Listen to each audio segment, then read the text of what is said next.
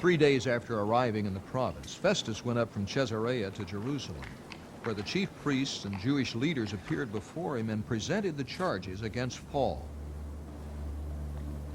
They urgently requested Festus, as a favor to them, to have Paul transferred to Jerusalem,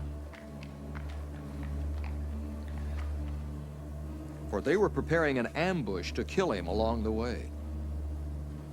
Festus answered, Paul is being held at Caesarea, and I myself am going there soon. Let some of your leaders come with me and press charges against the man there, if he's done anything wrong. After spending 8 or 10 days with them, he went down to Caesarea.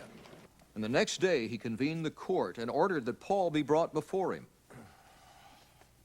When Paul appeared, the Jews who had come down from Jerusalem stood around him, bringing many serious charges against him, which they could not prove.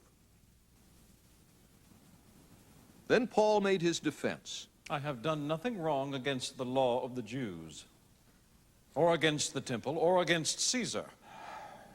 Festus, wishing to do the Jews a favor, said to Paul, Are you willing to go up to Jerusalem and stand trial before me there on these charges? Paul answered, I am now standing before Caesar's court, where I ought to be tried. I have not done any wrong to the Jews, as you yourself know very well. If, however, I am guilty of doing anything deserving death, I do not refuse to die. But if the charges brought against me by these Jews are not true, no one has the right to hand me over to them. I appeal to Caesar. After Festus had conferred with his council, he declared, You have appealed to Caesar. To Caesar you will go.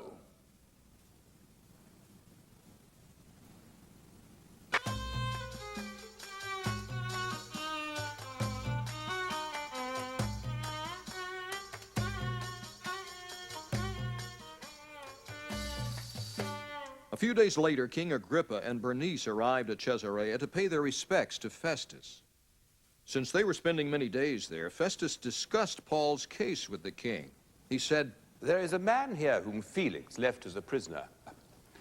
When I went to Jerusalem, the chief priests and elders of the Jews brought charges against him and asked that he be condemned. I told them that it is not the Roman custom to hand over any man before he has faced his accusers and has had an opportunity to defend himself against their charges. When they came here with me, I did not delay the case, but convened the court the next day and ordered the man to be brought in. When his accusers got up to speak, they did not charge him with any of the crimes I'd expected.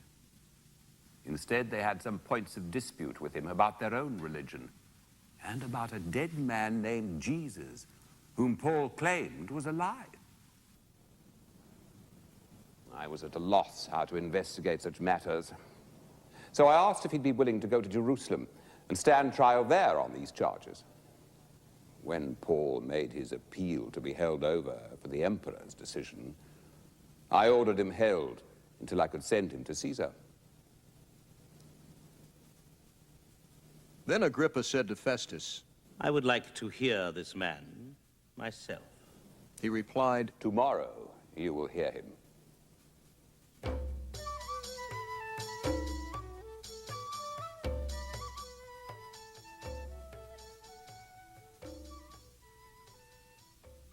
The next day, Agrippa and Bernice came with great pomp and entered the audience room with the high-ranking officers and the leading men of the city.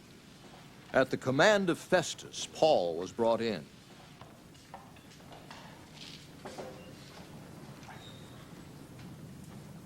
Festus said, King Agrippa, and all who are present with us, you see this man. The whole Jewish community has petitioned me about him, in Jerusalem and here in Caesarea, shouting that he ought not to live any longer. I found he had done nothing deserving of death. But because he made his appeal to the emperor, I decided to send him to Rome. But I have nothing definite to write to his majesty about him. Therefore, I have brought him before all of you, and especially before you, King Agrippa. so that as a result of this investigation, I may have something to write. For I think it is unreasonable to send on a prisoner without specifying the charges against him.